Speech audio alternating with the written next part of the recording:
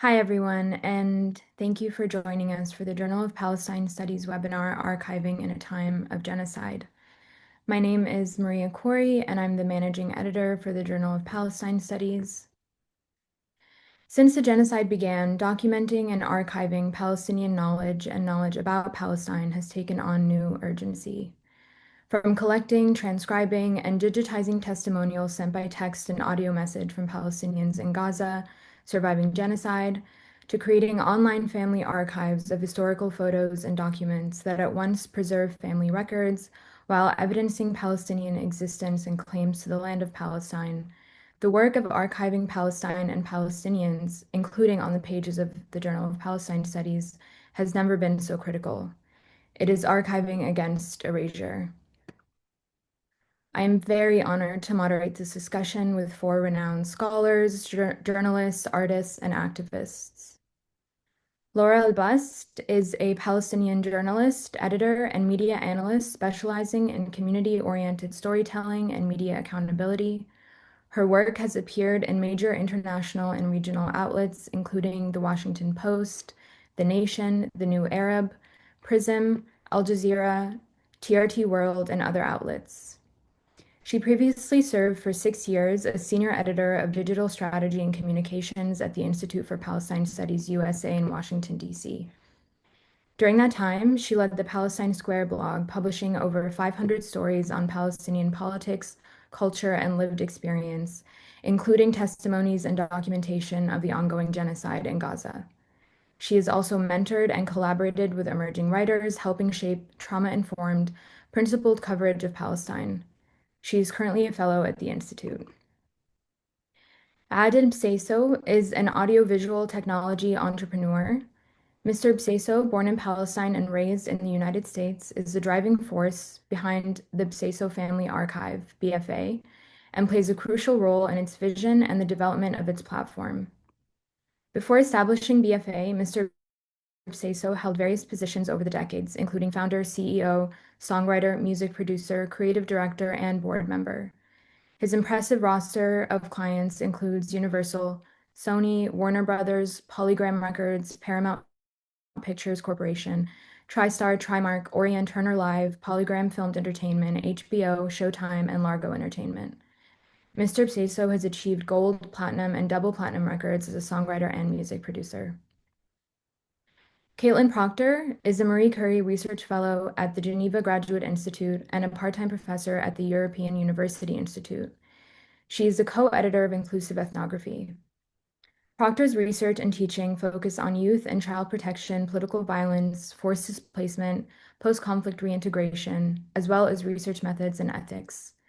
She has worked in and on Palestine, including Gaza, as an academic and humanitarian practitioner for 10 years. Sherene Seikaly is an associate professor of history at the University of California, Santa Barbara. She is the author of Men of Capital, Scarcity and Economy and Mandate Palestine. Her forthcoming book is titled From Baltimore to Beirut on the Question of Palestine. Sherene is also the editor of JPS. Thank you all for being with us today. Please note that all of our speakers have contributed powerful reflective essays, editorials, and articles to JPS. You can find all of those pieces by clicking on the author's hyperlinked names in the announcement to this event. All right, so let's get started with three general questions that we wanted to pose to all of our speakers. We want to invite them to offer their insights, and then we'll follow up with specific questions to each based on the pieces that they submitted to JPS. So the first question is, can you talk a bit about how you collected your archival material?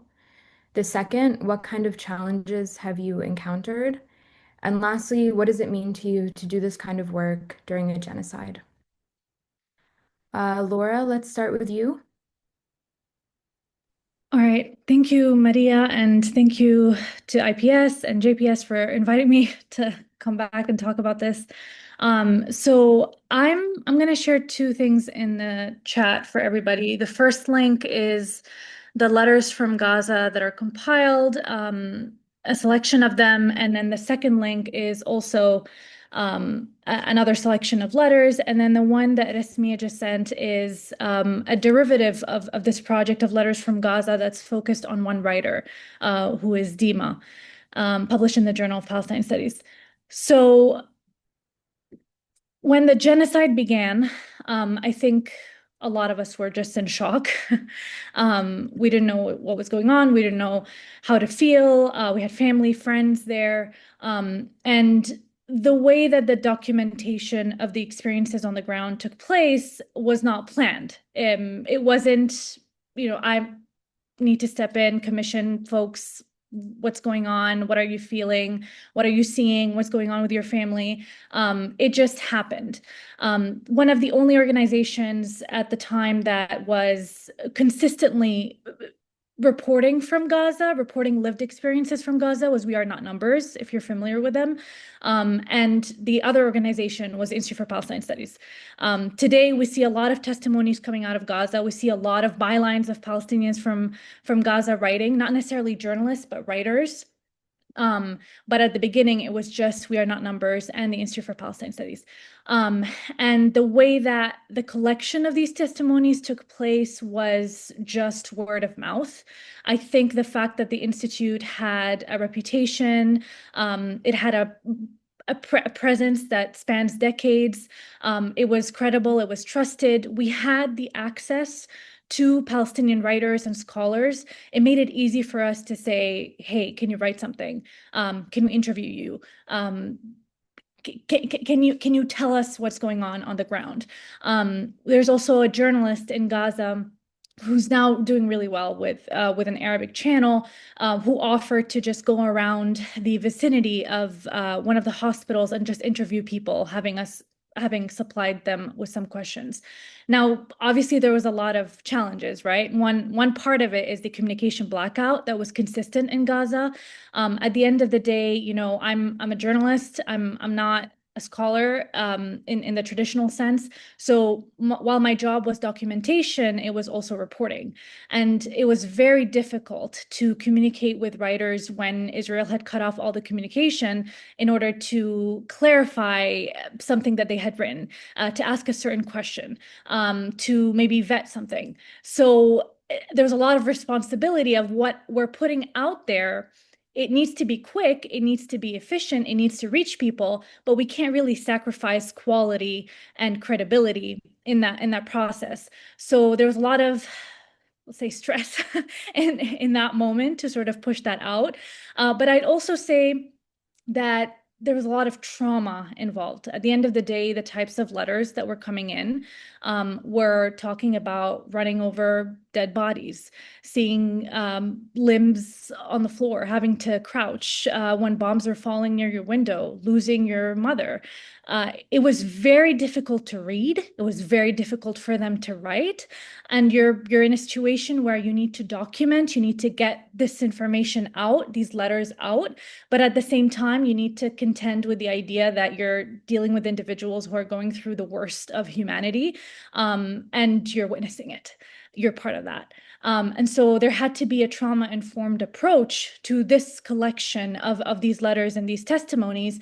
At the end of the day, the writers are experiencing this horror, and I'm not just taking content from them, for the world. We didn't really have that much of a large audience. The audience grew later on to reach, I think, 250,000 readers in 2024. But the purpose of this, let's say, journey embarking on this collection wasn't to get the most amount of people to read, but rather to have a record, evidence of these testimonies of what has taken place on the ground. And I guess the last thing that was a little bit challenging was Israel was targeting journalists. They were targeting writers. They were targeting influencers. They were targeting people that are posting on social media. Can I publish a writer's name? Can I publish their location? These are questions I don't think mainstream editors even think about. And I had to think about these things while we were publishing all these stories. And I guess in terms of the importance of doing this work during a genocide, there has been multiple genocides throughout history, whether in Rwanda, in Bosnia, and other places in the world. But we're in such a hyper internet era that we are in constant communication with the victims of this genocide, with the Palestinians, which means we have the ability to take their testimonies in real time and publish them in real time. And I think that's really important to do for generations to come, but for the moment itself, especially at a time when the general mainstream narrative, the general propaganda that Israel is spewing across the Western world, is trying to erase our existence, is trying to erase our narratives. So there was sort of a double role in this process of collection of testimonies from Gaza. One, a record documentation, the other, combating erasure and combating the lies that are taking place, that Israel is trying to push through. And I guess I'll stop there with this one.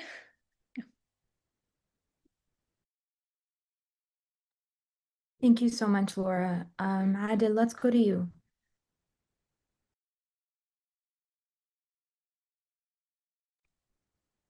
Good morning, everybody. Thanks for having me on this historical and very, very important discussion about Palestine in general. The thing that Laura brings up is the current heartbreaking situation going on in the world, especially to us Palestinians. My story goes to establish way before the 1948 Nakba and the start of the Nakba, and to really highlight the existence of the culture, the municipality, the functionality of Palestinian society before that. Collecting these documents in the way they came to me, it was very, very difficult because my father experienced 1948 at the age of 23. And it affected his life tremendously, and also experienced 67 as well. Leaving Palestine in the late 60s, heartbroken, never wanted to see this kind of horror for himself, for his kids, for his grandkids, almost like trying to forget the world he lived in. And so it was very difficult for the beginning years to really understand what had happened to, our people, our culture, my family, why we were here. Years went by, and finally my father opened up about his experience, what happened during the Nakba, where our family came from, what my grandfather meant to southern Palestine.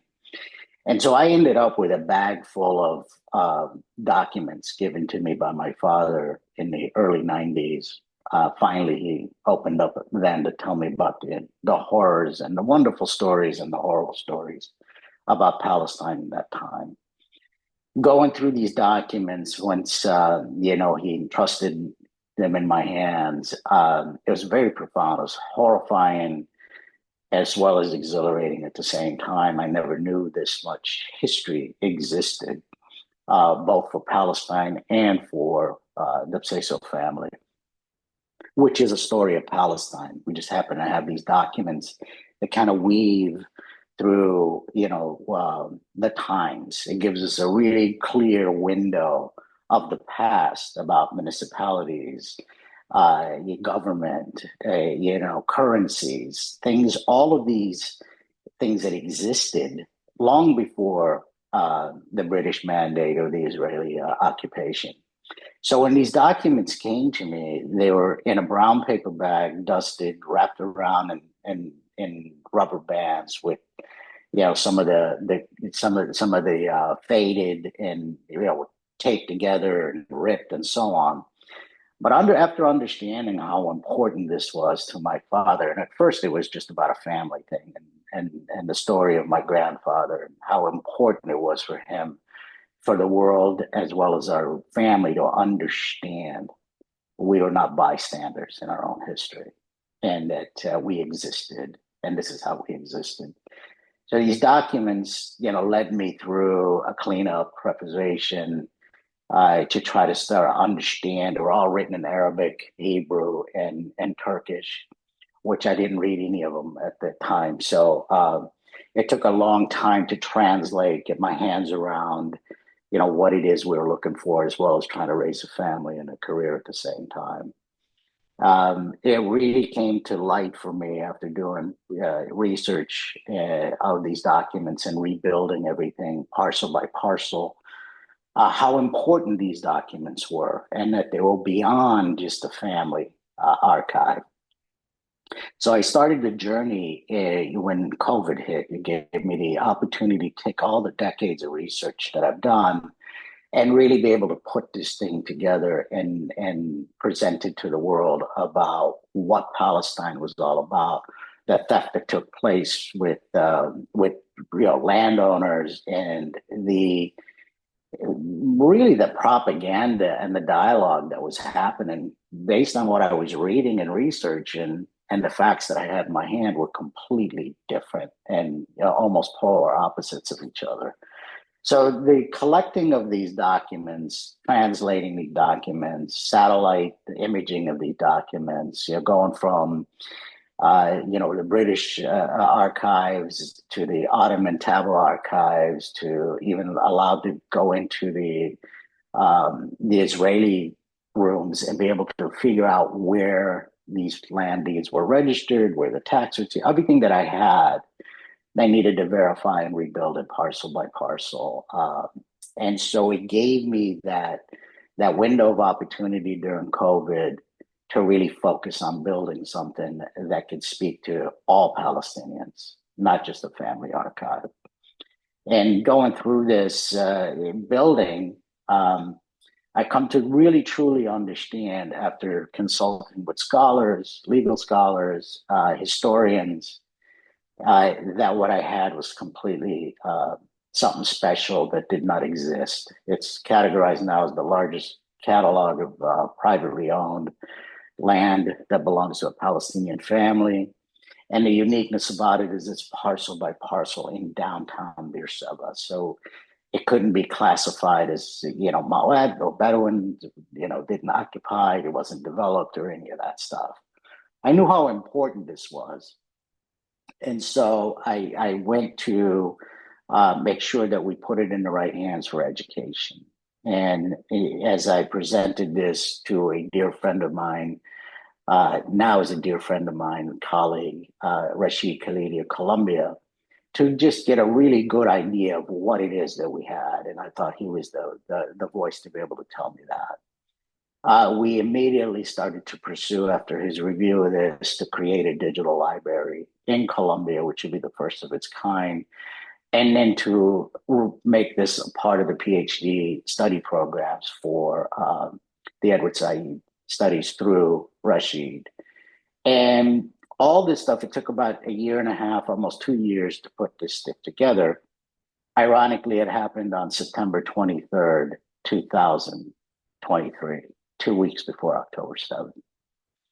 And this is the journey of the collecting the documents, making sure they get into the right places. The three pillars we have, in mind is the academia world, then we have the media world, and then we have the courtroom world. And those are the three places that these archives and these very valuable historical documents, they're not relics in a way that they could just be read and go, oh, how cute. They are completely an assembly of a culture, society, municipality, currencies, contracts, law abiding, following all of the right moves. My grandfather was very meticulous about paperwork and made sure that he was a law-abiding citizen as well and followed the law to the T, which was what gives us the family archives. Thank you very much. Thank you so much, Adel. Caitlin. Thank you, Maria, and good evening, everybody from Italy. It's really an honor to be here and to be among you for this really important discussion.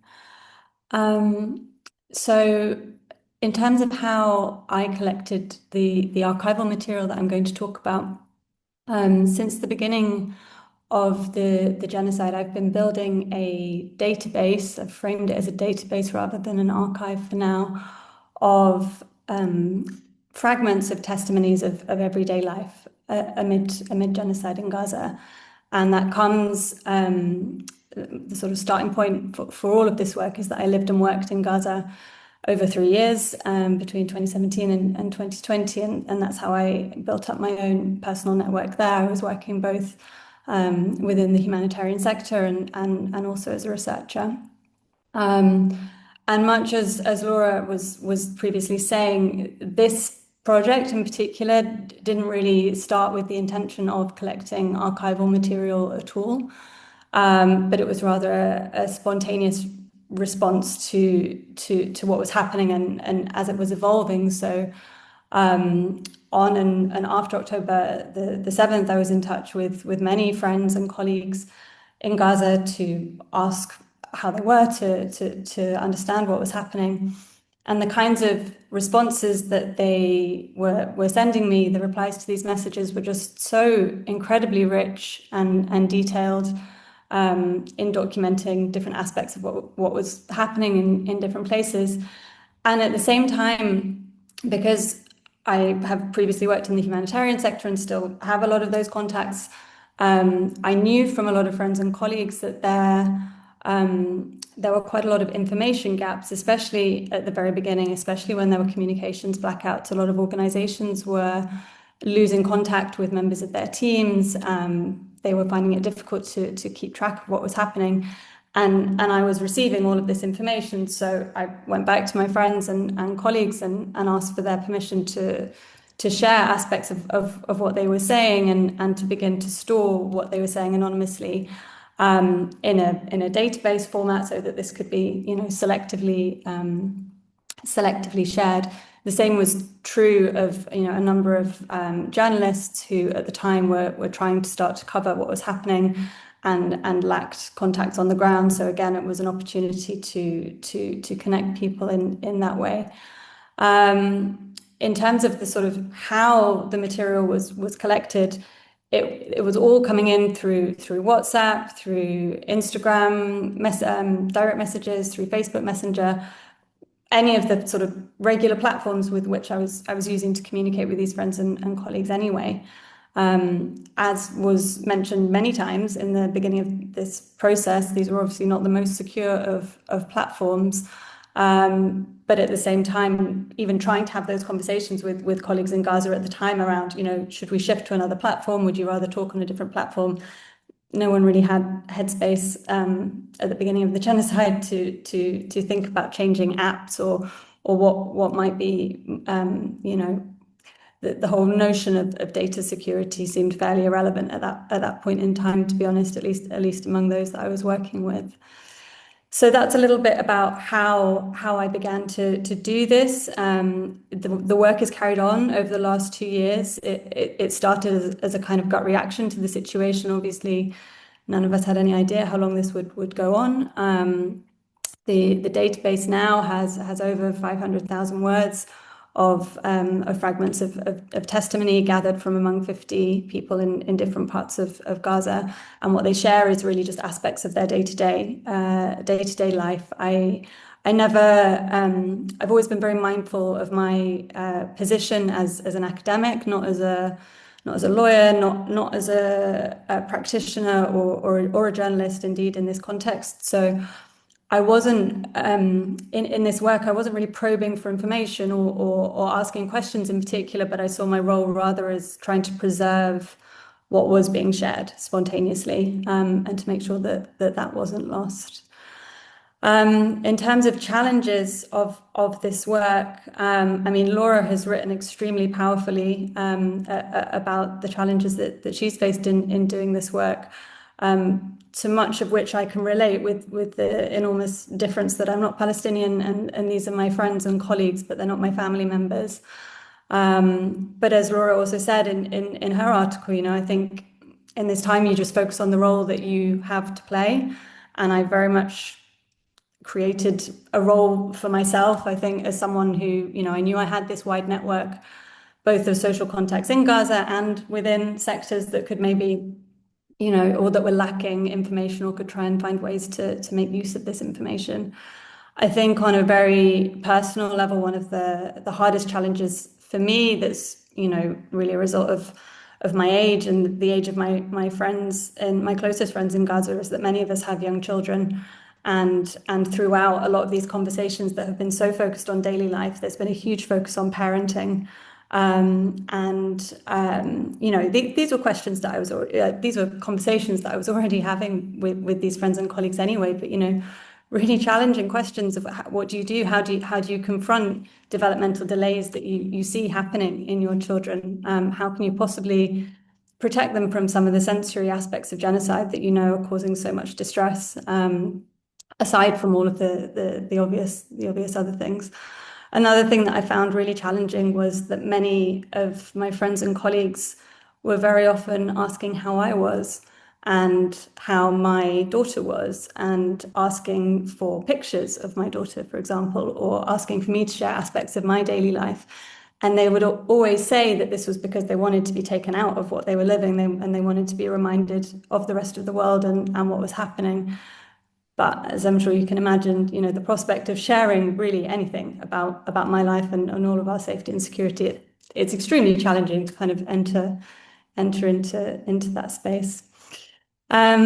Just to wrap up then on the third question of what it's meant to do this kind of work during this time. I mean, I think as everyone here and as so many, I just felt very compelled to do anything and everything possible to contribute to bringing this to the end, but also to ensure that nobody can ever say that they didn't know. And I mean that there is no question that there's no shortage of information and documentation of what's happened. The work that I've done is one in so many efforts to preserve narratives, to preserve testimonies, to store these kinds of conversations and to archive in different ways.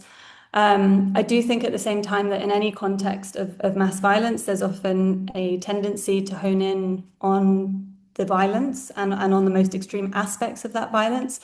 And in doing that, a lot of the diversity of different kinds of experience, be that across gender, but also across location, across social class, across age, all of that can kind of be condensed into one.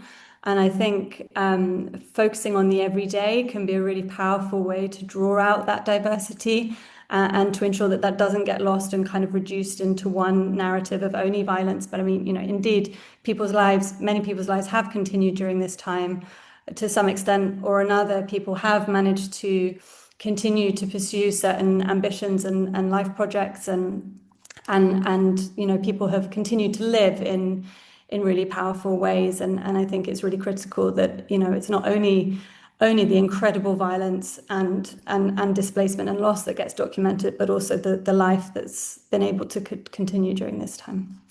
Thank you. Thank you so much for that, Caitlin. Sherene, let's go to you.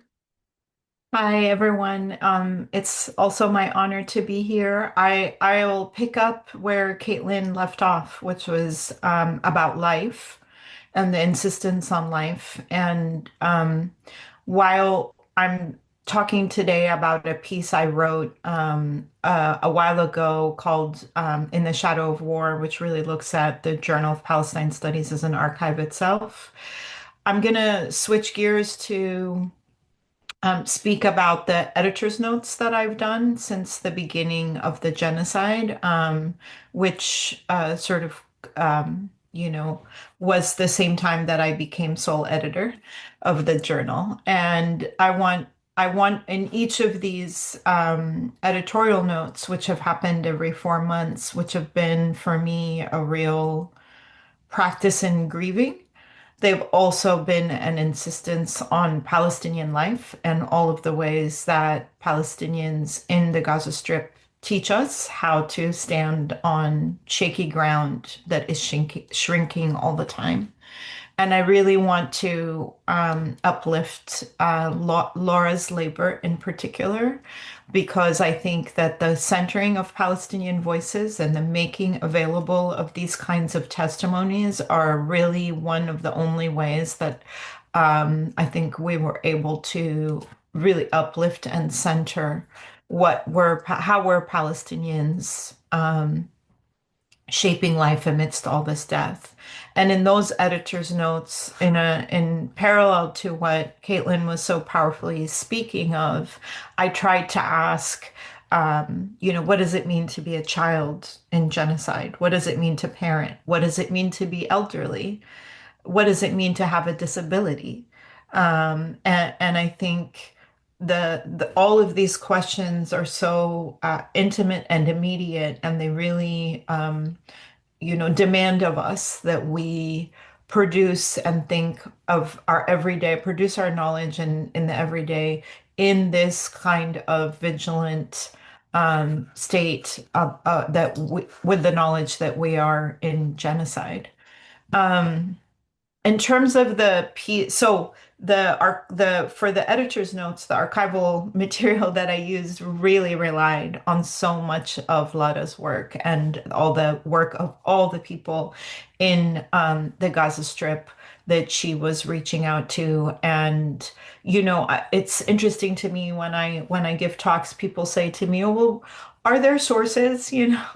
Which seems to be at every point of crisis we Palestinians are asked to produce our sources. And at every point of crisis, we have long lists of bibliographies. And, I tried also in these editor's notes, I've tried really hard to kind of invite people into a long list of references to read, to engage, to think about all of the different ways, all of the different kinds of experiences that Palestinians have both shaped and been subject to over the last 2 years. For the more specific article in the Shadow of War, that one, I used the online repository of the Journal of Palestine Studies as my archive. And this is something, when people, especially in North America and Western Europe, start thinking about Palestine, I always say, look up what people have been writing and producing, right? This is a very rich field, and there's a lot to learn from decades of scholarship. In my previous work, I have drawn on oral history. I've worked at colonial archives like the Israel State Archive, the Hebrew University Library, the Central Zionist Archive. I've worked in colonial archives in London, in Durham, and I also worked at the Nablus Municipality Archive. And I want to just talk about that archive really quickly in terms of what kinds of difficulties do people face. So there's the experience of being in Israeli archives and engaging with documents labeled Arab, abandoned Arab documents, or being at the Hebrew University and knowing that the books and the libraries, for example, the entire collection of Khalil al-Sakakini is there. Those are confiscated, stolen materials. So being in this very, kind of contradictory position of having access to these materials that are stolen, right? So that's one level. And on the other level, working in a place like the Nablus Municipality Archive, which when I worked there 20 years ago, the archivists were moving the archive as I was working there, and they were moving it from this beautiful municipality building to another undisclosed location that was underground. And I said, "Well, why are you doing this?" And they said, "Well, because every single time Israel assaults Nablus, they target the archive." And this is something that many of us have been saying in the context of scholasticide for 2 years, and much, much longer before that, which is that every single time Israel has assaulted Palestine or the Palestinians, an archive has been one of the main targets. And this is resonant with why is it that journalists are targeted? It is because us telling our stories is one of the deepest threats to a settler colonial regime that is attempting to erase us. And I think this is true for settler colonial rule in many contexts, right? The attempt to say there is no history there. There is no story. And that's why I think researchers have a great responsibility to never assume that there's no archive. I see a lot of people saying in different spaces, oh, well, but we don't have the sources for this, or to assume that everything has been destroyed. I think that is irresponsible and it falls into a colonial logic. There's always archives. Look at what Adel has done, right? He has made from tattered papers this online resource. Look at what Caitlin has done. Look at what Laura has done. And this has been an impulse that I think we have had for a couple of decades in the Palestinian tradition. I'll end by saying, what does it mean to do this kind of work? I think it's painful, necessary, full of grief, and at times it is a respite to travel to other times and imagine other futures. Most of all, I feel that this that the kind of pain that Laura was talking about in facing these testimonies is the least we can do in this moment. It is the least we can do to act as witnesses and mediators of the conditions on the ground in the Gaza Strip. Thank you so much, Sherene, and thank you to all of our speakers for your powerful and insightful interventions. I'd like to now maybe turn to the specific questions based on your pieces and also your professional experience. Laura, if we could go back to you. One way that the Palestine Square blog and JPS overlapped is through the republishing of the letters from Dima.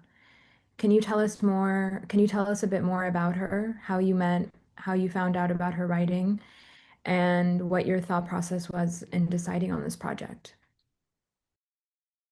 Do you want me to also address the one after? Or?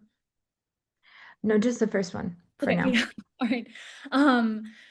Thank you, Maria. So before I dive into Dima, I just want to give the audience a little bit of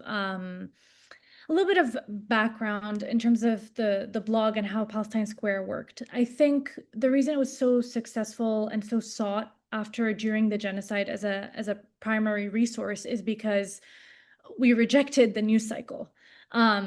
Palestinian lives that were consistently terrorized by the Israeli regime in Gaza and across historic Palestine were not a soundbite. The letters from Gaza and the testimonies that we collected from doctors as well and nurses who have been to Gaza serve as primary sources that are used, that are evidence for the atrocities that Israel will eventually be held accountable for, because the genocide, which is still ongoing because of Israeli violations, the genocide will end at some point. And so with a lot of the testimonies I collected, there had to be a relationship of trust between me and the writers. I think it was helpful that I was Palestinian in this moment because even with the distance of experiences, as a descendant of refugees and as Palestinians in Gaza, there needed to be some form of trust with their words, with their lives, that in many ways I was their only, me and my editors and my interns and my other colleagues at IPS, we were maybe the only line of communication to the rest of the world. Now, moving forward to this day, a lot of the writers that we published are now published in Prism, in Mondoweiss, in Al Jazeera, and so many other places. A lot of them came to me as first-time writers, and that one byline turned into a dozen bylines. And I'm very proud of that because in many ways, I think that, and this is something, I talk about when it comes to sort of the media sphere, when it comes to anti-Palestinian media bias. A lot of anti-Palestinian media bias is accidental. It's just ignorance. The fact that they don't know a Palestinian source, they don't know a Palestinian writer, they don't know who to talk to. I've experienced this before the genocide of somebody just reaching out and saying, hey, we have this story about this Palestine related thing. Do you know somebody? And you think, it's a major outlet, they must know someone. So I'm very proud that the blog in many ways served as that resource list of all these writers. We've published, by the time at the end of my tenure this year, we published a little over 60 testimonies, and the Institute continues to publish testimonies in English. I think it's reached a little over 80, and there's dozens more in Arabic. Now with Dima, which is, Dima is a 21-year-old writer from Gaza. She's still in Gaza at this moment. She's in the north. The way that I met her was that I met Yahya, who is a poet from Gaza who came to the United States to attend the Palestine Rights Film Festival. And he mentors a lot of writers in Gaza. And he connected me with her and said, hey, she's great. Can you help her a little bit? See if her articles work for you. And one thing I do want to note is that the relationship I had with my writers wasn't just, here's a testimony, edit it, put it out. A lot of them wanted to learn the process because, again, they were first-time writers. So they wanted to understand why something would be changed, how they could improve, how, et cetera, et cetera. And that was Dima. But I think what's interesting about Dima is that she wasn't just documenting or reporting or writing. She was using the craft of storytelling to sort of weave these fables from the genocide. So she was writing about her noisy neighbors and how they bothered her for the entire year. And all of a sudden, she doesn't hear them because Israel bombed their home. She writes about how she is terrible with keeping time, doesn't like planners or agendas, and criticizes the world for trying to put this structure, and how during the genocide, she became a master of scheduling because she started scheduling her day according to the drones and the bombs and the smoke. And her writing really affected me. It really touched me. I think it touched a lot of people because a lot of her writing got picked up and translated into Spanish, into Serbian. An indie radio station started reading her letters on their show. She also got republished in Protein magazine, and shout out to them as well. They were one of the, one of the magazines that really uplifted a lot of the stuff that we've been publishing in the beginning. And I think they really put a lot of our writers' voices out there. And at the beginning, I couldn't reach her. I would go through Yahya, would play this game of broken telephone, trying to get the edits back and the article in, etc. And then eventually we had a direct line of communication to this day. And she continues to write to this day. She's actually, she would like to turn a lot of her letters into a book. 5 of them are published in the Journal of Palestine Studies. So if anyone's interested in helping out with that, I can give you my email. But what really touches me about her is that she texted me regularly and says, keep me accountable to writing. I want to keep writing about what I'm seeing. I want to keep writing about what I'm seeing. And yeah, I think her impact isn't just in terms of the scholarly world or the archiving world or the journalism world, but I think her writing has an impact in the literary world as well. We've read a lot of writers who have gone through genocides across modern history, and you have this 21-year-old girl who's really experiencing the genocide in the only way that she can, through her words, through her stories, to anybody who would listen and who would read. Thank you so much, Laura. Adel, let's go back to you. In your essay, you write that that your archive is, and I'm quoting, not about nostalgia, but about justice. Can you tell us a bit more about this distinction and how it has guided your work? Yes, excellent question. Laura, thanks for the inspiring. Kind of brings me back to the same thing. I'll start by, once October 7th happened, and then October 8th and 9th and 6th and so on, the history of what we've gone through. I've personally have lost over 50 members of my family since October 7th. So for me, I am deeply, deeply committed to making sure that I do everything that I possibly can with the voice that I'm given in this world to stand in front and shout to the world that we will never be erased, we will never be forgotten. And this is why this is not a nostalgia for me, although I don't dismiss the appreciation and the reminiscence of the road I've traveled. What I'm looking for is justice. I'm looking for an active pursuit of accountability and the rightful reparations for the crimes committed against us. The Bseiso Family Archive was never meant to preserve memories, for our own sake. This was built to establish evidence.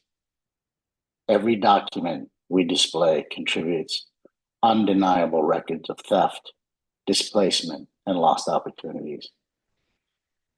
We aim to humanize Palestinian people and to show the daily lives, institutes, and cultures as they existed before the 1948 Nakba. It is essential to demonstrate that Palestine was a functional society long before the British mandate or the Israeli occupation.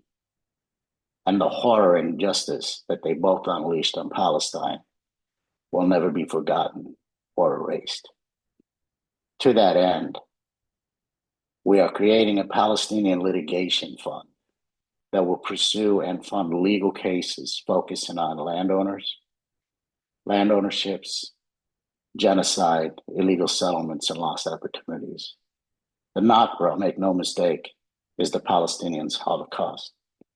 And just like the Jews received and are still receiving reparation for the Nazi Germany's crimes, they've committed the same crimes and more crimes against Palestinians. It is hard for me to even answer this question because same type of crimes, murder, theft, looting. The Palestinians' day for justice is coming. And we are ready to stand before the world and demand our rights, reclaim our identity and our history once and for all. My focus is on courtroom-ready evidence, turning memories into evidence and evidence into justice. We will use the law as our sword and our shield. This is the road to reparations. This is the road to justice. This is what my destiny and my entire life is wrapped around now. I have completely put aside all my professional work and have completely been deeply and will continue to be deeply involved and engaged in making sure that a smile on an orphan's kid, a forgotten mother, a forgotten grandfather, a forgotten opportunity, it's my job to make sure that they are never forgotten. That's why this is more justice for me than anything else.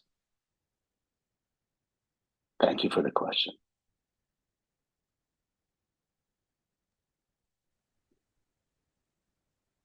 Thank you for that powerful response, Adel. Caitlin, if we could go back to you. Your piece explores your experience of preserving the correspondence you had with your friends and colleagues since the start of the genocide, as you talked to us about. In it, you note that these testimonies were not intended to serve as an oral history project. For our listeners who may be unfamiliar with the various forms of archival work, could you speak more about this and the importance of preserving individual testimonies? Absolutely, Maria. Thank you. Adel, it's difficult to follow you after those really powerful words. And I'd also like to come back to the question of justice in this work, but maybe starting with the oral history piece. So exactly, as I said, this, I'm an academic. I'm not an academic that's really practiced oral history in the past. My training is in anthropology, with which there are a lot of similarities in many ways.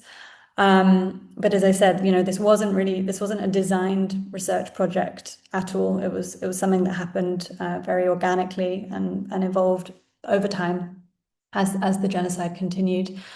And indeed, oral history research is, it's primarily made up of live story interviews, which tend to be very long, audio or video recorded, and generally conducted in hindsight, where people are invited to reflect on aspects of their stories that they wish to be documented for the record.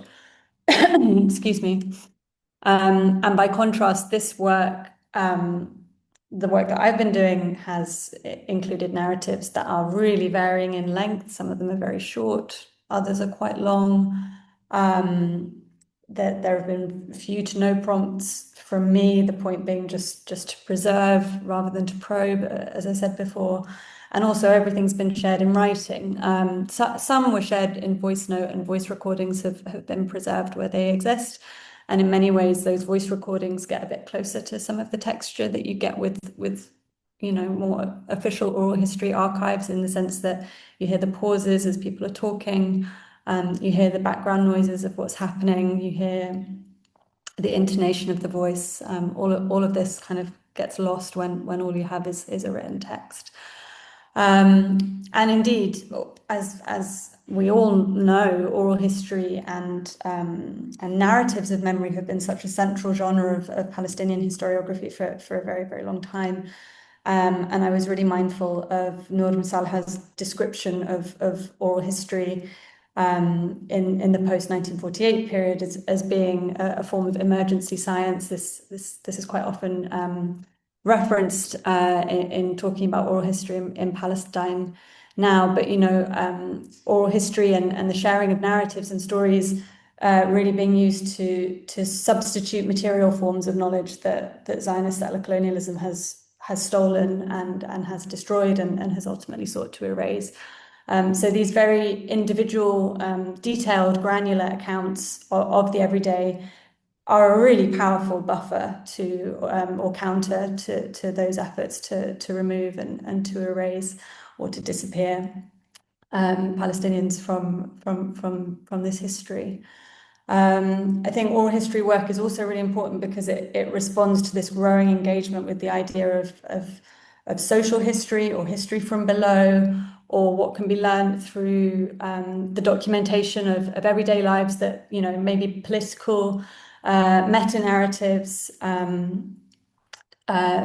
political meta-narratives don't preserve in quite the same way, or elite narratives, might not capture in quite the same way. And indeed, this is something that Palestinian anthropologists have been very attentive to for a long time, both preserving but also learning from these narratives that might otherwise be marginalized. So this kind of work and the work that's driven a lot of archival documentation of Palestine has been referred to by some as a salvage model of oral history. So it's something that really responds to the idea of life being on the brink or facing destruction in all its forms, and indeed the mass destruction of knowledge in Gaza over the last 2 years, the killing of so many writers, so many intellectuals, the central archives in Gaza City, the libraries of every single university, etc., etc. As we all know, this level of destruction of knowledge is so immense that I think there's a real kind of imperative there to preserve whatever can be preserved or safeguarded. There's quite an important counter to this salvage model in the terms of how we think about archives moving forwards, and especially kind of how they're experienced and how the people that have contributed to those archives engage with them moving forwards. But maybe we'll come back to that later, Maria, if there's time. But I just wanted to pick up as well on the justice and accountability point and what individual testimonies can contribute there. So from the outset of this archival work, I have been engaging with Palestinian human rights organizations, also with international human rights organizations, to try and share these testimonies and to connect testimonies to, the testimonies that I have are not necessarily legally admissible, but they point to cases, and they highlight individuals who are able to share testimony that can then be legally admissible. And indeed, Evidence from the database has already been included recently in the UK government evidence panels on Israeli war crimes, in a submission to the ICC as part of a wider dossier, in a contribution to the Special Rapporteur's report to the UNGA. You know, there are so many mechanisms, and there are more and more accountability mechanisms opening up to which individual testimonies can play a really vital role. I also think I was reflecting on what you said, Laura, about being Palestinian in this moment, or you know how important it was to build trust with your writers and the people that you were speaking to. And you know, I really think this work was only possible for me because these are long-standing friends and colleagues. You know, it would never have been possible otherwise. But I think the depths of these kind of individual testimonies can also help us to think a bit more broadly about meanings of justice and accountability. And while on the one hand, we have these testimonies that can play a very vital role in the sort of high-level accountability mechanisms that exist, I think perhaps it's also a time to think about how justice is really conceived and understood and framed, and also opening up conversations around the, you know, this is never to say, please let me be clear, this is not to say that we shouldn't pursue every single avenue of accountability that exists, but I think it's also important to listen to where there might be ambivalence towards those justice mechanisms and where that comes from, and why there might be a sort of sense of refusal to engage with them, or a disbelief that they can ever really deliver. And that's something that we have to sort of sit with and grapple with at this very difficult time. I'll leave it there. Thank you, Maria. Thank you so much, Caitlin. Sherene, if we can go back to you. In your piece, In the Shadow of War, you invite us to engage with the Journal of Palestine Studies, not only as a publication, but as a repository of primary and secondary literature, and as an archive of Palestine and Palestinians. Can you tell us about what inspired this turn and what you learned and discovered as you conducted research for your piece? Thank you, Maria. So I joined the journal's editorial board in 2015, and I became its first co-editor and first woman editor in 2020. And I had the great pleasure of working with Professor Rashid Khalidi and many others who have made the Journal of Palestine possible. Shortly after I joined as co-editor, the editorial team began planning the commemoration of the Journal of Palestine Studies' 50th anniversary. So JPS was established in 1971.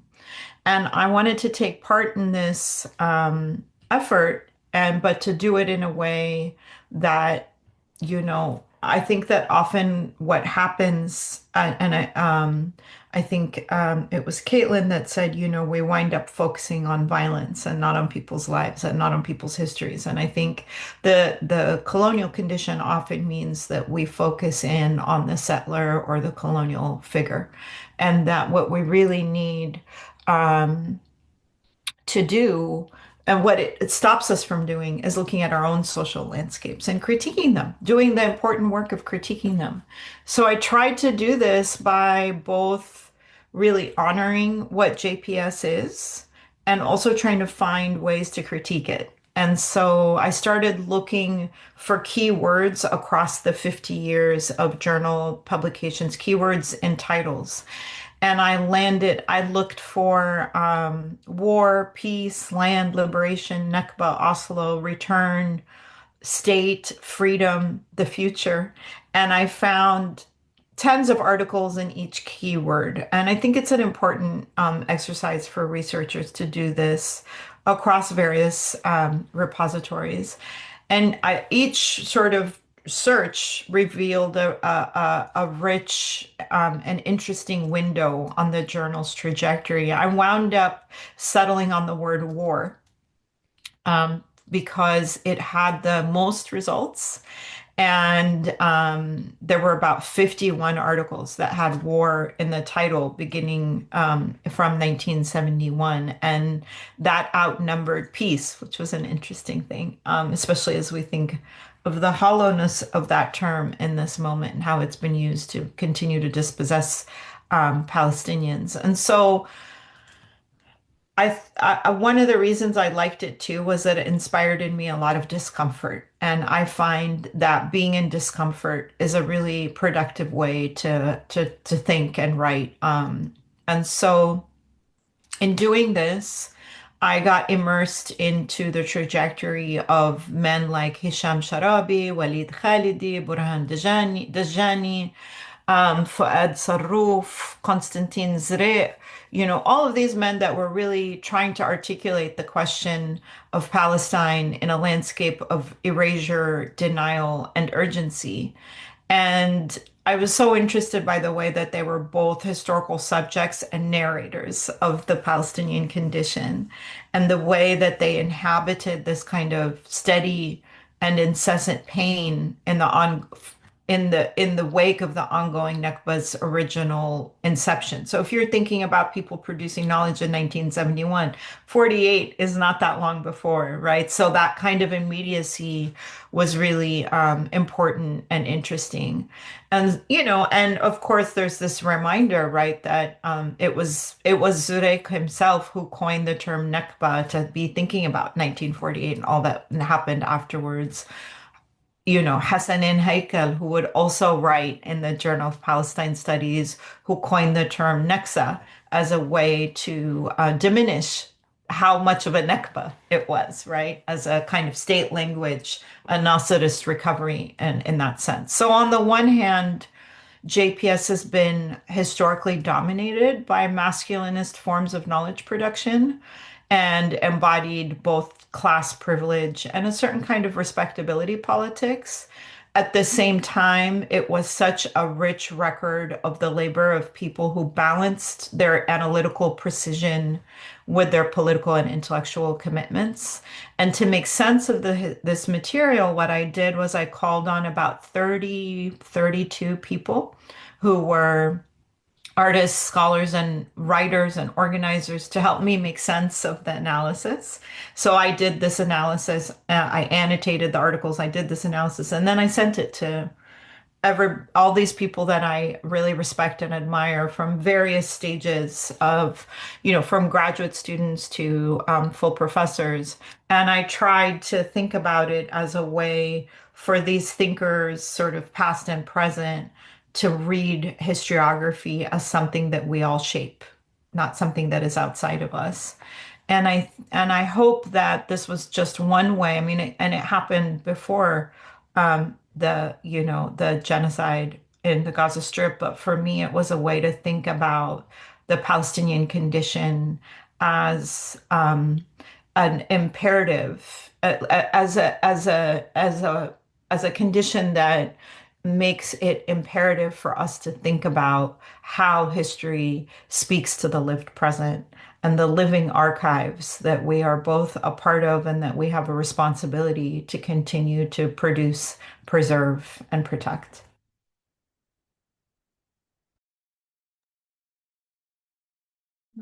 Thank you so much, Sherene. So it looks like we have about 25 minutes left. So I would like to go to the second set of questions, if that's okay with all of our speakers. Laura, can we go back to you? Could you tell us a bit about the editing process behind publishing these letters and more generally how you approach your role as editor in this project? I want to give you the floor here to talk maybe a little bit about the editor's note that you wrote last year called "The Genocide Lives in My Body," where you write about the complexity of being a journalist and editor during this time. Thank you, Maria. I just shared it in the chat for folks. So, I speak about this in my journalism outside of the Institute for Palestine Studies, but I've never seen my work as a journalist or as an editor as work. I've seen it as an obligation, as a duty. I'm a Palestinian with knowledge, with the language, with the access, in a moment when there's a tornado of propaganda coming our way. So I always felt like I had to hold the structure down in many ways. It is not easy. the work of an editor. It's not easy during a genocide either. I think with the editor's note that I wrote for the Institute for Palestine Studies, which is also available in Arabic, it's an intimate answer to this question about the role of an editor during a genocide.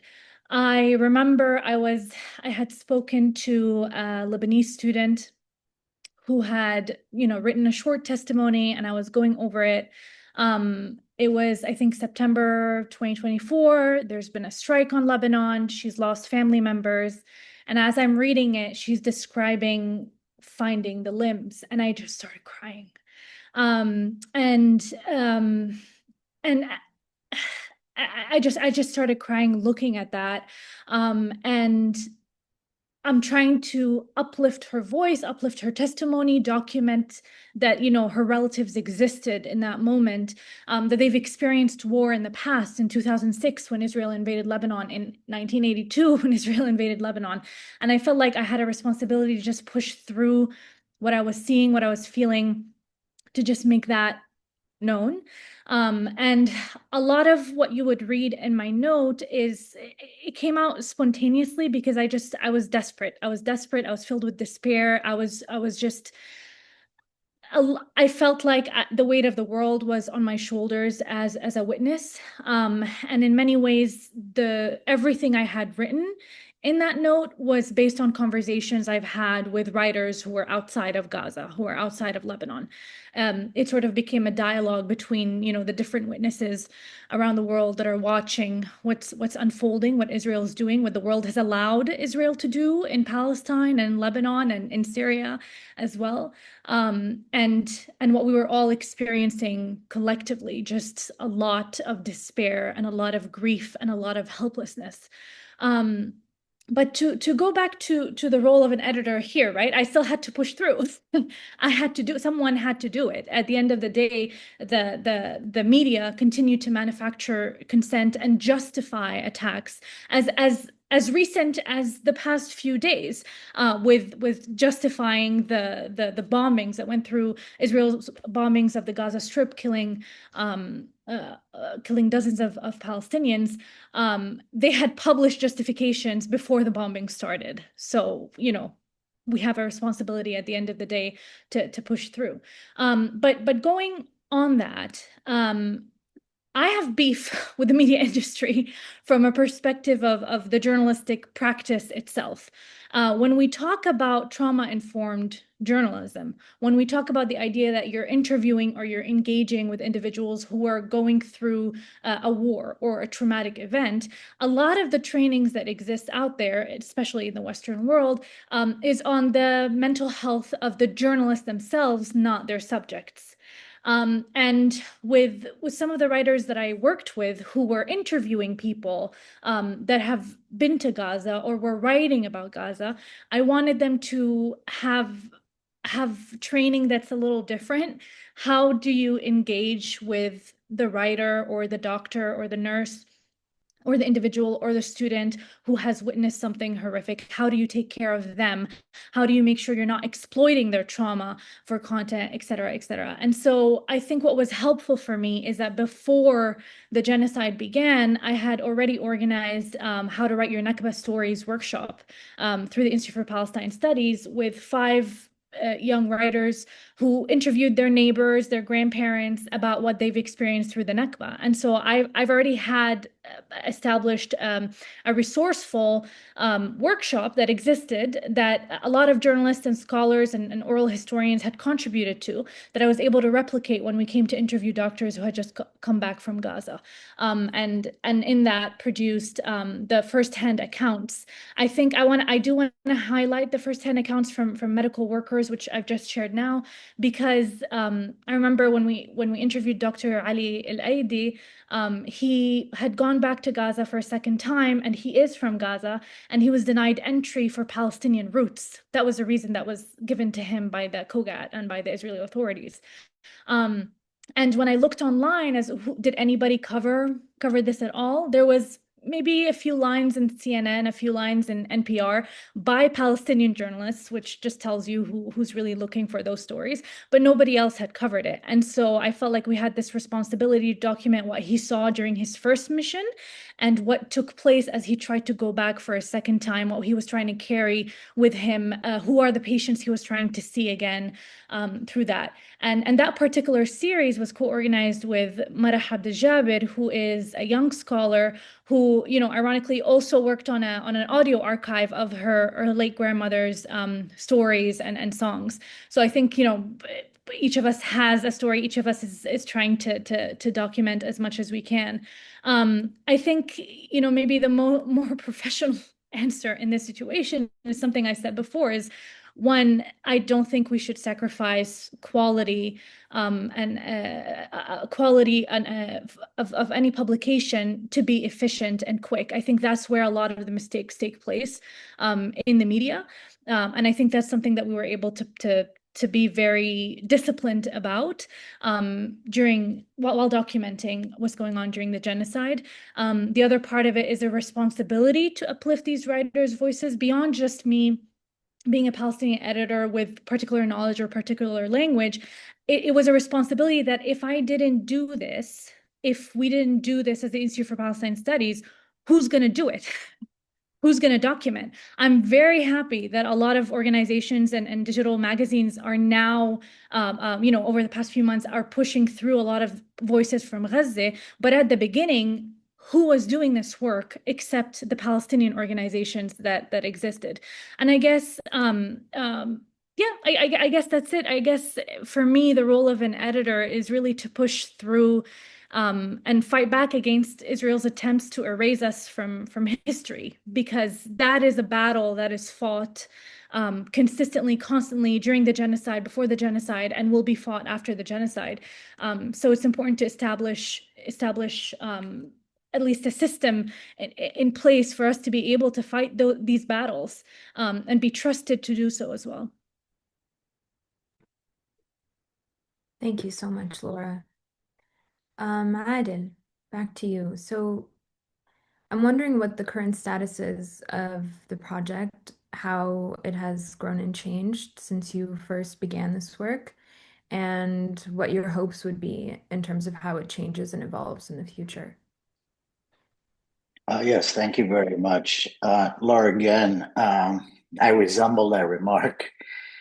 Who's going to do this has always been something I've posted all over the place for myself. If not me, who? And so I really resonated with what you just said, because I live it every day. It started out feeling hopeless, and now I'm feeling hopeful because of the work of everybody and the people that I've created relationships with and started to collaborate with. Like I said, this is not my world, but Palestine is my world, so it is my world. As we tell our story, we're going to tell our story in the courtroom, in the newsroom, in the classroom, and in the film room. This is where I come in with my expertise in the audiovisual world, is to really bring these rich and historical stories to a film, to the screen, to music, to poetry, and go and educating in ways that people can digest. And we live in a world today where we're headline driven. So everything is 15 seconds or less. And so how do we do that? And how do we communicate, with not looking for people to really change their lane or direction of thinking, but for us to adapt and change the way we do things to fit the lifestyle of the audience that exists today. And I'm talking about a lot of the youth.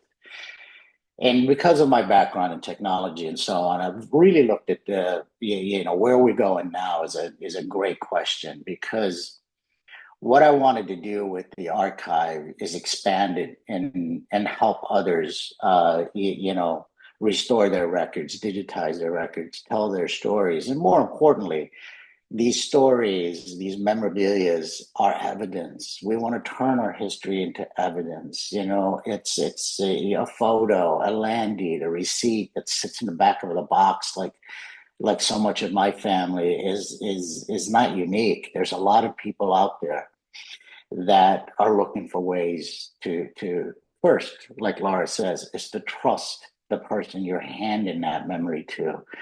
Are they worthy of it? Are they going to do the right things with it?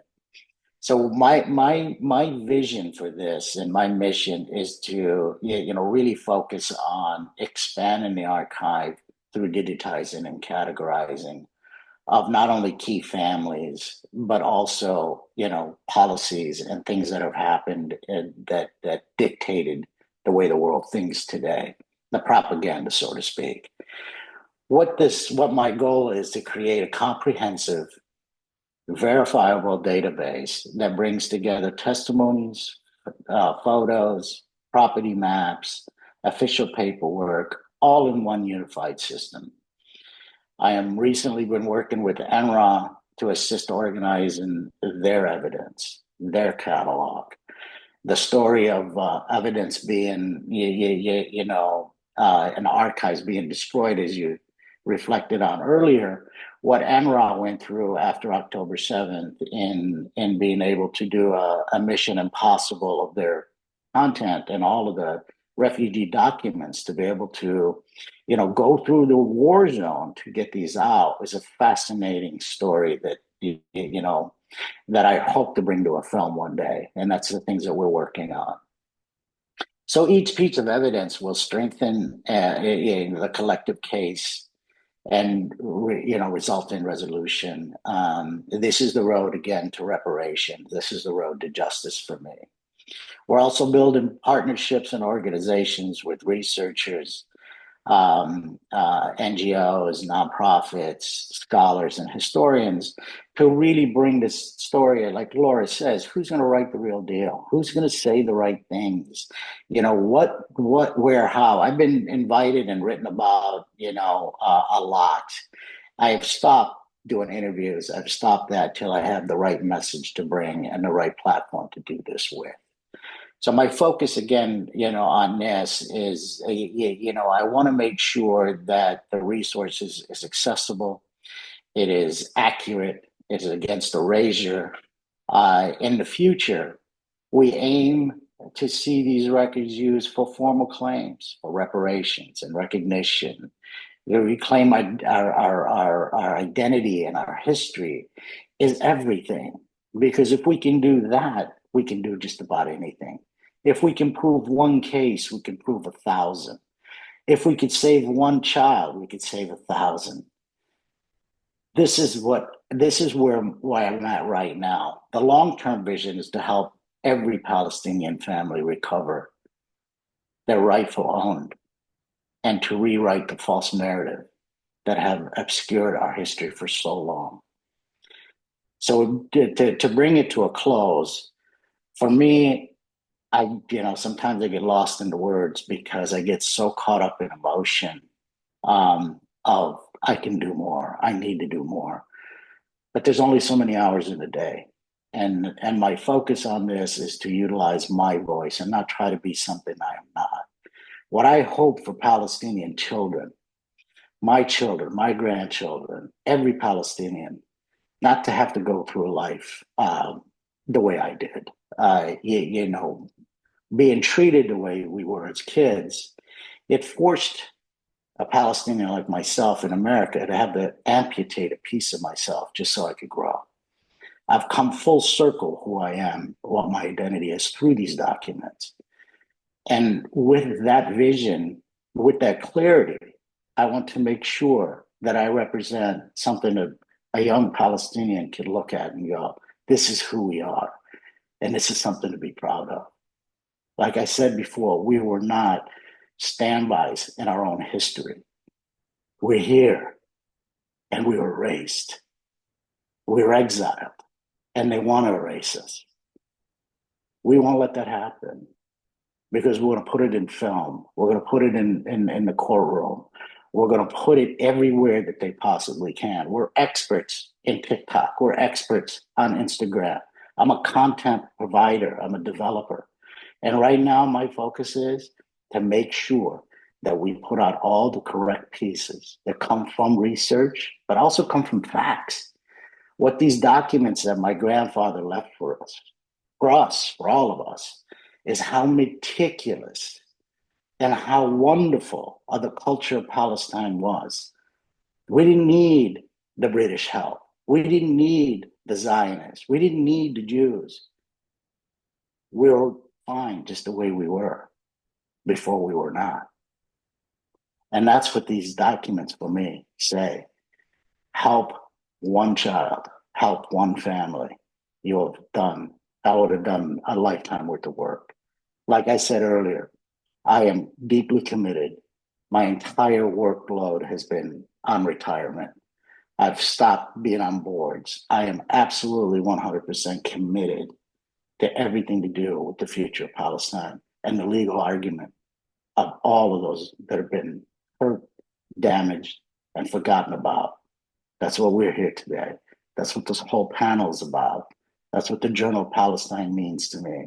Sherene was inspiring in bringing all this stuff together. And as we move forward, our education will expand further with collaborations with people like Sherene to be able to bring it to PhD students and grad students and historians alike to say that this exists, the suppository that we've built exists.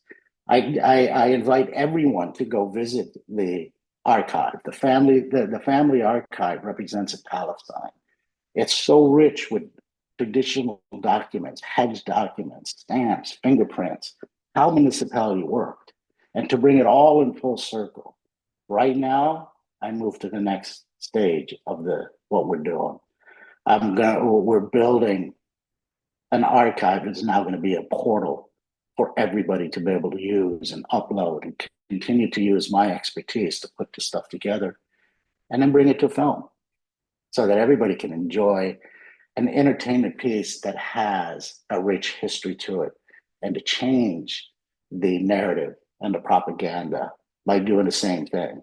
One of the things that the Zionists have shown us is organization and well-crafted organization will move you into many places.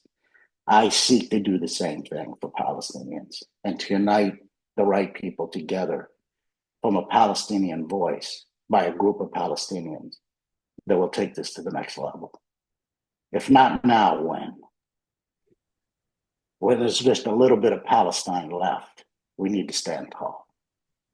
Warriors is what we need. Talking heads is something that's gone. We need to move the needle, not just a conversation. And I'm open to all the collaboration.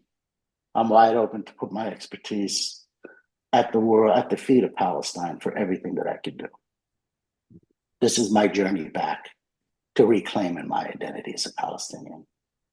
I thank everybody very much for inviting me to this. It's been an honor. Thank you so much, Adel. I think I speak for everyone when I say that we're all looking forward to seeing what you end up putting together with the vast treasure trove of documents that you have. So, and thank you also for being with us. Caitlin, I have a similar question for you. I know you don't call what you're putting together an archive, you call it a database, but I'm curious if you could maybe just update us on the database and how it's changed since you first began doing your work, and also how you see it changing in the future. Thanks so much, Maria, and I'll try and be brief so we have time in the end. So the project, so the work I had called it a database. I mean, I think now also with time and as time passes, it becomes an archive, or certainly the hope is that it will be stored as an archive. I mean, the work has carried on. So what it is a kind of from October the 7th, not every day, but most days of the last 2 years, entries and contributions of aspects of daily life.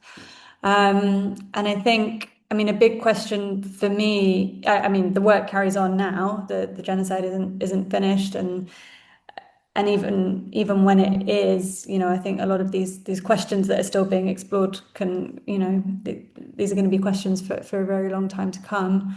As I said at the beginning, this is one of so many efforts that have been underway to document stories of the everyday and experiences of the everyday in the last 2 years.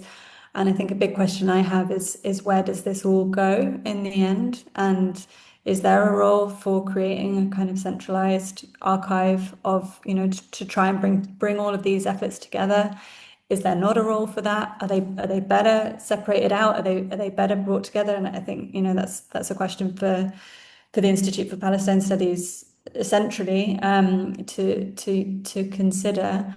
But another question I have in mind is very much thinking in line with Diana Allen's really important work on the Nakba archive, and the ways that she's really highlighted this imperative not only to preserve knowledge for the future and not only to use knowledge for justice, as we've talked about a lot, but also to try and understand then how that knowledge circulates and how it's embodied, particularly by those who've shared it in the first instance, and this kind of this real ethical imperative to understand the archive as something that's forever evolving and needs to be in the hands of those who built it in the first place, and steered by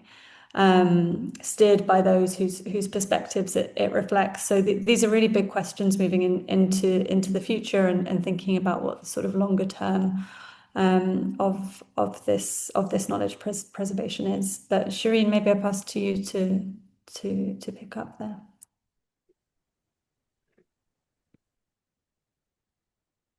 Thank you so much, Caitlin. And I have one final question for you, Sherene, and it's also about the article that you wrote for JPS. So in the article, you write about several notable absences, whether it's the Palestinian who appears first as the Fedayeen, then the masses, and finally as the Arab civilian, or the fact that Black September was rendered invisible and did not appear in your sample at all. For the latter, you write about what the unspoken can reveal to us. Could you tell us more about absence in the archive and how you approach it both in your capacity as a historian as well as the editor of JPS? Do you see a connection at all between what is unspoken and what is absent? Thank you so much. And thank you to all of you. It's again it's been a really powerful hour and a half. And thank you to Maria for just leading us in with such grace and precision. I think the question of responsibility and what we do next, and I think it's been really powerful to also hear about, Caitlin's invitations to think critically and really get into the debates around, well, what kind of archive and what is preservation and how do we engage it? And I think this is a very alive conversation, and I think we have to keep having it across various spaces with real vigilance and commitment. And I think, Laura was saying one day the genocide has to end, and when you said that, I just said, Inshallah. It feels so endless at this point, and I think it has meant that we are really all in this state of constant vigilance. So I think once the dust settles, if it ever does, I mean, in fact, the rubble is going to take a decade and a half to clear. And this kind of really macabre sort of search for the Israeli quote unquote, hostages, while in fact there's still so many people under the rubble. So I think there's so much work to be done, and I think these questions are really alive ones, and I think the way forward is to do it collaboratively and to embrace our differences as we do so. In terms of the silence and the absence, absolutely. It's this ongoing theme, it's the hadir ghaib, it's the present absent, right? Um, this is such an important concept in the Palestinian tradition that was brought in by the land grabbing mechanisms that happened after 1948, right? Which so the confiscation of land, Israeli confiscation of land, as being this ongoing process within the Green Line as well. And so I think this rendition of the absentee is really linked to the absentee property defense emergency regulations that happens just after the establishment of the State of Israel. And then it becomes this kind of poetic way to think about the Palestinian as present on the land, absent in the law. And for me, in this moment, this concept of the present absentee helps us think about the way that Palestinians are absent in the negotiations, quote unquote, negotiations for their own future. Present as an object, absent as a subject, as a speaking voice.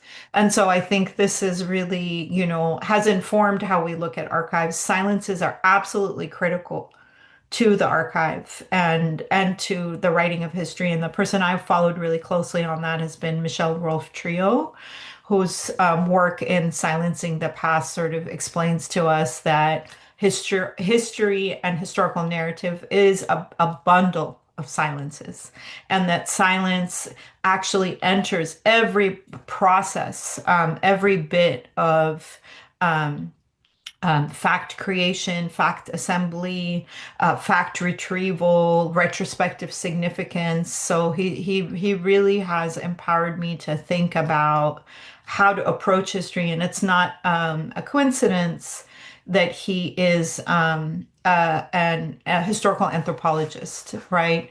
And I think that mix of history and anthropology is a really powerful one.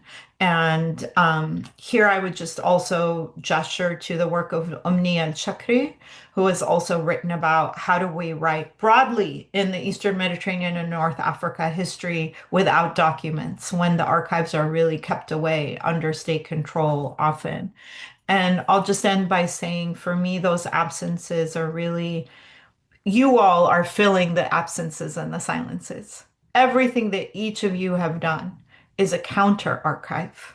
It is a commitment to actually bringing forth and uplifting the ordinary voices. And I rely a lot on Rosemary Sayer and Hannah Sleiman and all of the ways that they invite us to think about storytelling as a historiographic form and to destabilize sort of form the divide between the formal documentary meta narrative and those everyday stories. Because again, as I said earlier, it's our capacity to tell our stories that is most threatening to the regimes that seek to silence us.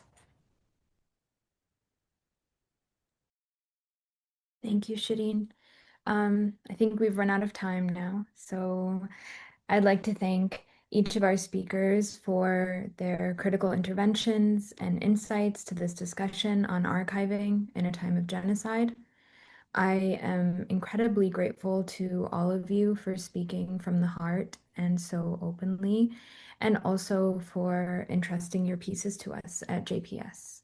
I also want to thank everybody at IPS, especially Caitlin and the rest of the team at JPS, Rasmi, Shireen, of course, and Nadim, who couldn't be with us today, for all of their help in preparing for this event, and also to our audience for joining us today and for your deep engagement in the chat box. Please remember to check out our latest issue of JPS and to please support the Institute for Palestine Studies, without which JPS does not exist and without which events like these would not be possible. At a time where knowledge production around Palestine is being criminalized and violently suppressed, IPS is in urgent need of your help. Please support if you can. The link to do so is in the chat box. Okay. Thank you all again, and I hope you have a great rest of your day or night, depending on where you are. Thank you. Thank you, Maria. Thank you so much.